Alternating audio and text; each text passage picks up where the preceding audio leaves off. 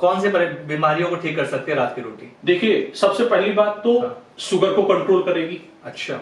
दूसरी बात, आपका वेट लॉस करना शुरू कर देगी। ठीक है। हम लोग समझ नहीं पा रहे, हमारी जो माँ, हमारी जो दादी, हमारी जो नानी है ना, उन्होंने जो चीजें हमें दी, हम वो संभाल नहीं पाए।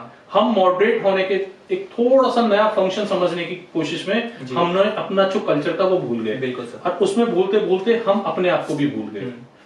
हमारे फादर साहब, हमारे दादाजी, या आज भी वो बड़े बुजुर्ग जो हमारे घरों में हैं जी, वो सर पे एक बहुत बड़ी पगड़ी बांधते थे। ना तो उनको सर्दी से फर्क पड़ता था, ना उन्हें गर्मी से फर्क पड़ता था, ना पॉल्यूशन से फर्क पड़ता था, उनका सर बहुत सेफ रहता था। और उस कंडीशन में ना उनके बाल झड़ते थे, ना उनको माइग्रेन जैसी समस्या होती थी। लॉजिक, वो जो चीजें उन्होंने बिल्ड करी उसको हम भूल गए। हमने क्या किया, हमने वो एक छोटी सी कैप बना ली है, उसको हम एक स्टाइल के रूप में पहन के चले जाते हैं। पहले जो बड़े बुजुर्ग, बड़ी माता, ये सारे लोग होते थे, वो प्रॉपर एक वे में जी, उनका जो खान पीन होता था, उनका जो रिहायश होता था, या उनका जो काम करने का तरीका होता था, वो इतना फिजिकल वर्क करते थे कि जो ऑर्गेनिक वे में, अगर हम बात करें, आज हर 10 में से 8 फीमेल जब डिलीवरी के फ्रेम में आते हैं तो और ऑपरेशन से ही 100% डिलीवरी के लिए वो 70% को कन्वर्ट कर देते हैं डॉक्टर्स। लेकिन एक वो भी टाइम था ना कि जहां पे डिलीवरी होती ही ऑर्गेनिक थी, घर में डिलीवरी होती थी। करेक्ट है। हमने उसी मुहिम के साथ अब एक ग्रेटर नोएडा में 1000 बेड के हॉस्पिटल की मुहिम छेड़ी है। अच्छा। और हम केवल वहां पे जो प्रसव है, जो डिलीवरी है, उसको ऑर्गेनिक करने की ही तैयारी कर रहे हैं कि जहां पे आज की डेट में एक पहला बच्चा वो सर्जरी से कर दिया, दूसरे के लिए फिर डिमांड सर्जरी आ गई, अब थर्ड के लिए चांसेस लेगा नहीं लेगा वो अलग बात होगी। बिल्कुल ठीक है। अब वो भगवान का है कि पहला बच्चा कंटिन्यू रहा या दूसरा रहा, या दोनों रहे या दोनों नहीं रहे। उस मेल और फीमेल की लाइफ में क्या बचा, जिसके साथ एक वो मिस हैपनिंग हुई जहां पे बच्चा कंटिन्यू नहीं हो पाया जी।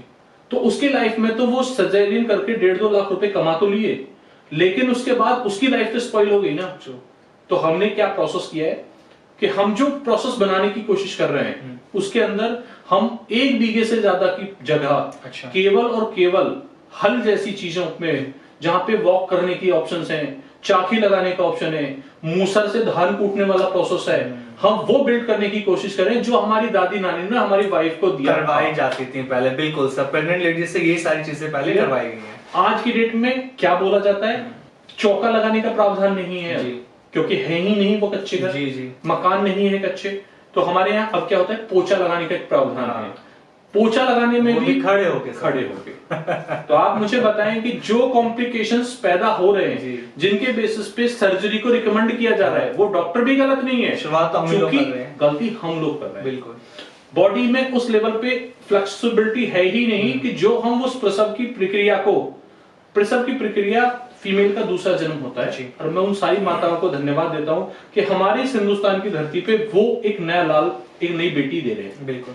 लेकिन उसके लिए अगर उनको अपनी जिंदगी के साथ खिलवाड़ करना पड़ रहा है, तो वो जो खिलवाड़ हो रहा है हमें उसी को रोकना है, क्योंकि ये जनरेशन अगर सही तरीके से आगे मूव कर गई तो हमारे नाम को कौन समझेगा, इस विधि, इस प्रथा को कौन आगे बढ़ाएगा।